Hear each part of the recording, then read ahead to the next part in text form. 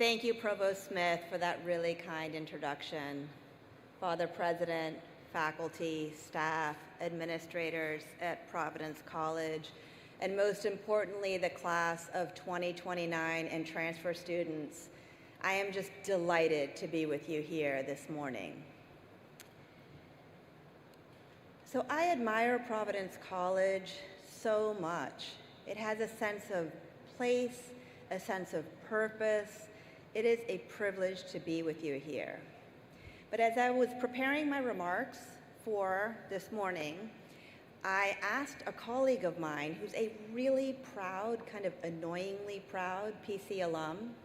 I said, Terrence, do you remember anything that your academic convocation speaker said to you? And he said to me, Anna, not a word. So that took the load off. I'm going to talk about a book, a couple of paintings, and a movie. And each of these are going to help us reflect upon education as an art of seeing and as a way of paying attention. So first, the book. Mark Twain wrote a memoir about his time becoming a steamboat pilot on the Mississippi River. He notes that his work changed his relationship to the river. He mastered the language of the water. He became a really good steamboat pilot, but he lost something as well. For Twain, learning to become a steamboat pilot ended up blinding him to the beauty of the river. He got so wrapped up in the operations of piloting that he didn't even notice the sunsets that had once enraptured him. All the grace, the beauty, and the poetry was drained from that river. The only value that remained was how useful it was in helping him to learn to pilot. So think of your college education as a way of learning to pilot a steamboat across the Mississippi. I don't want the same thing to happen to you that happened to Mark Twain. In a rush to get credentialed, to earn your degree, to find a job, I don't want you to lose your love for the river, to lose your love of learning. I hope instead that PC will train you to see the river clearly, to pay attention to it, and to admire its beauty. In fact, a PC education should deepen your love for the river. It should ultimately transform the way that you see the river. So what do I mean by this? There's a 2022 Harvard study that found that overwhelmingly, students arrive to college seeking a transactional education, where college is a place where they choose a major, get credentialed, network, all as a way to secure a high-paying job. College here is about ROI, about return on investment. Now, you and your families have invested, are investing, and will invest a lot in your Providence College education. So I honor that. But at Providence College, you're going to receive more than a transactional education. You're going to receive a transformational education. At PC, you'll be invited to reflect upon your values. Accept that invitation. You might change in some ways or deepen the values you brought with you, but by the time you graduate, you'll own those values as your own. Your knowledge will grow and you'll be prepared for a successful career, to be sure. But also, your encounters with books and with ideas and with labs are going to transform your heart and spirit. This integrated educational community will train you to pay attention to the world around you. Allow yourself to be transformed. Nourish your love for the river. So in this painting, do you notice where the rowers are looking? They're not facing the direction they're moving. In a recent article from The Atlantic, 2 faculty write that education requires that students, like rowers, face backwards in order to move forward. If they are to become active and reflective individuals, they must learn to regard the past not merely as the crime scene of bygone eras, but as the record of human possibilities, an always unfinished tapestry of admirable and shameful lives, notable and base deeds. So looking backwards to Plato or Gilgamesh in your Western Civ program, for example, will enable you to look forward into your own future. So let's look a little more deeply into how college can help you see that river more clearly, deepen your encounter with the river, and transform your love for the river. So about 30 years ago, when I wasn't much older than you, I came upon a painting by a Flemish 16th century painter named Peter Bruegel. I was in Vienna, Austria. So it was of a chaotic scene, and it certainly was a feast for the eyes. I don't remember much about the painting, other than the fact that it commanded me to stand there, soak it in, and delight in its chaos and joy. It wouldn't let me scroll beyond it, as it were. So I stood there, captivated, marveling at how a canvas and some paint could reach out to me and force me to go still and observe as it laughed and danced and sang. So last October, I came across another Bruegel painting, quite by accident, in a museum in Berlin. This time, it was like coming upon an old friend, and it made me laugh.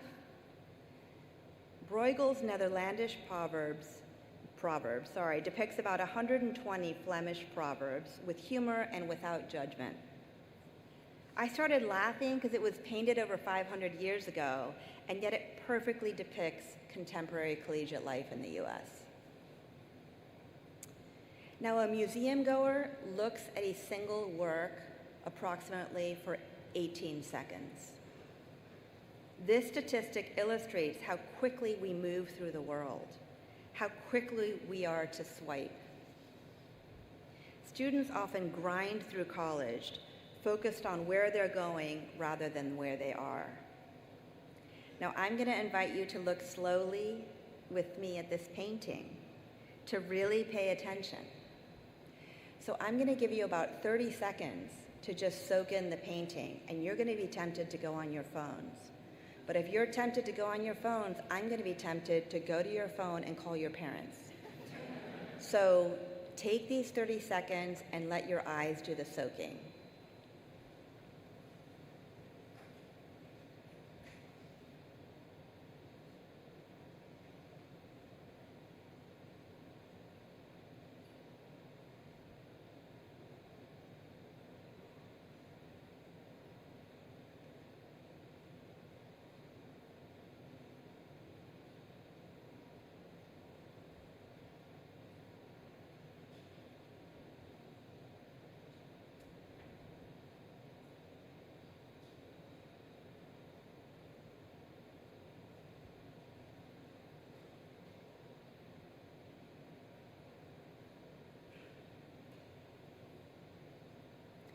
Okay, so let's see what this painting tells us about college life.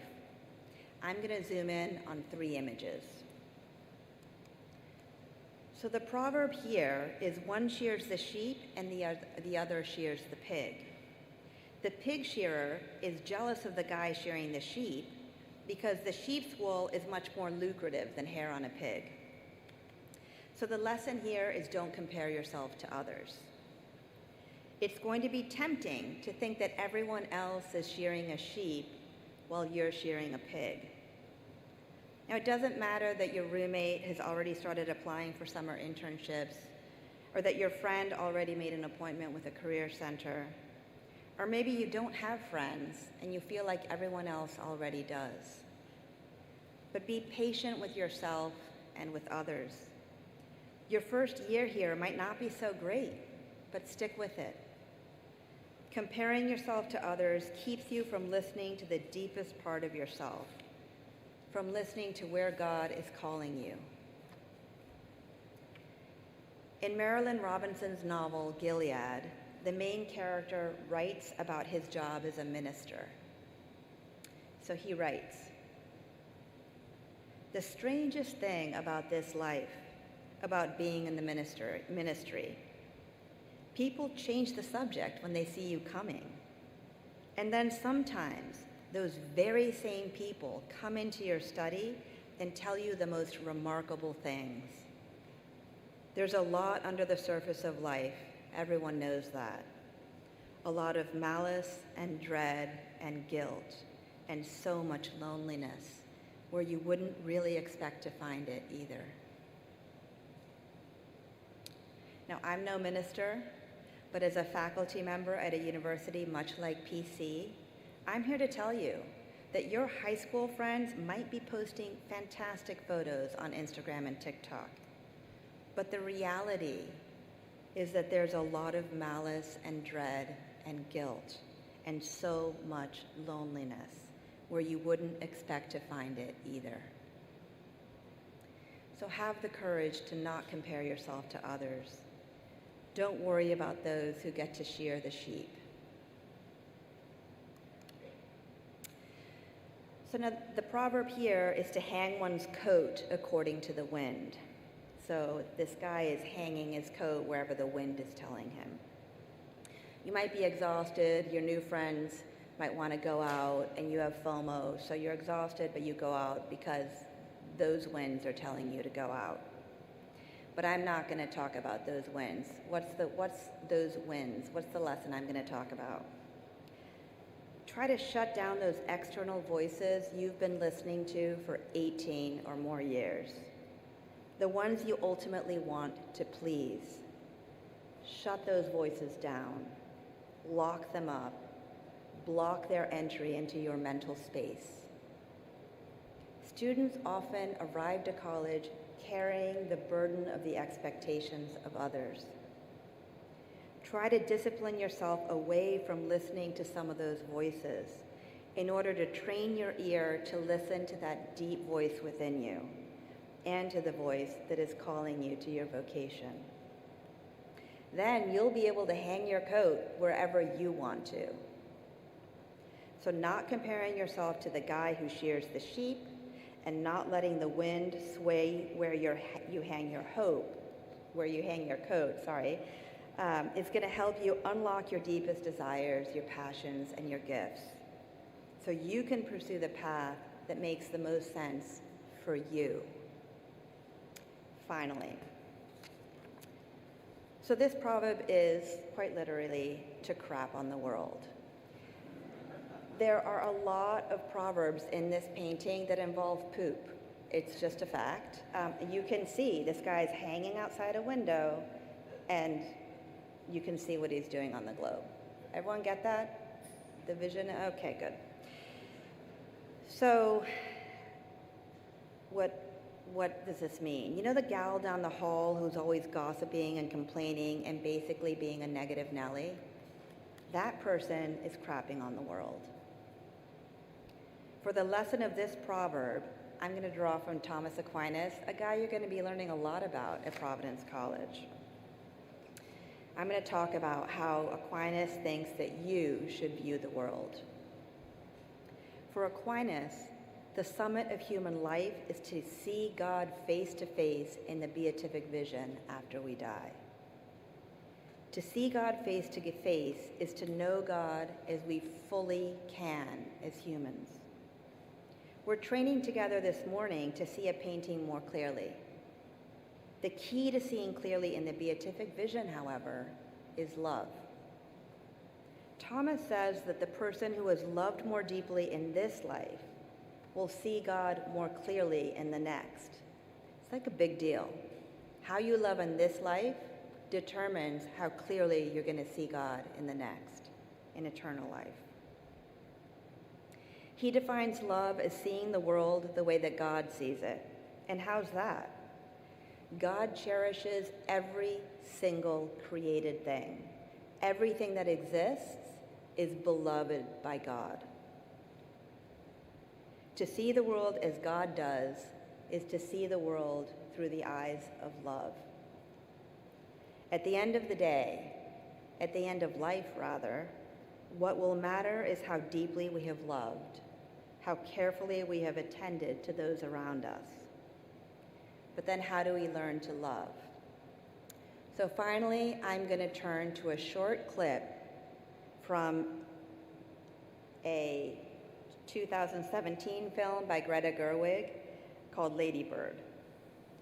This movie is about a young woman at the end of high school who's dying to get out of her hometown, Sacramento, and move across the country for college. There's a great scene in this movie. If you haven't seen it, you should definitely watch it. So there's this great scene where one of her high school teachers, Sister Sarah Joan, is talking to Lady Bird.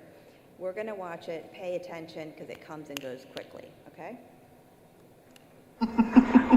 I read your college essay. You clearly love Sacramento. I do?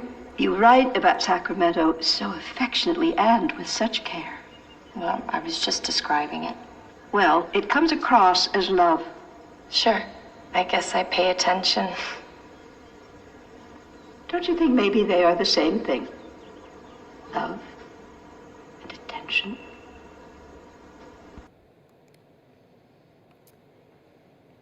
So Sister Sarah Joan responds, ends with that zinger. Don't you think maybe they are the same thing? Love and attention. Think about developing a crush on someone. All of a sudden, you pay attention to every single detail of how that person inhabits space, the tone of her voice, the way he wears his clothes. Love and attention go hand in hand. And that brings us back to what a PC education will do for you. At PC, you matter to the faculty and staff here. I have a privilege of knowing some of them, and they are some of the people I most admire in the world. They will be your companions along this journey down the river. As you turn down the volume on those who get to shear sheep, as you learn to hang your coat where you want it, and as you come to see the world the way that God sees it through the eyes of love. They will help you see the river more clearly, love the river more deeply, and in the process, you will be transformed.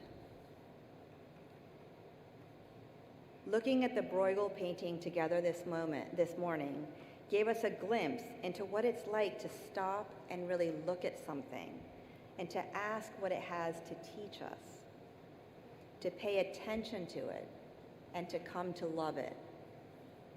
We've been learning to pilot the steamboat without losing our love for the river. My hope and prayer for each of you this morning is that you graduate in 4 years transformed into a person who knows how to pay attention, who has learned how to love. Thank you.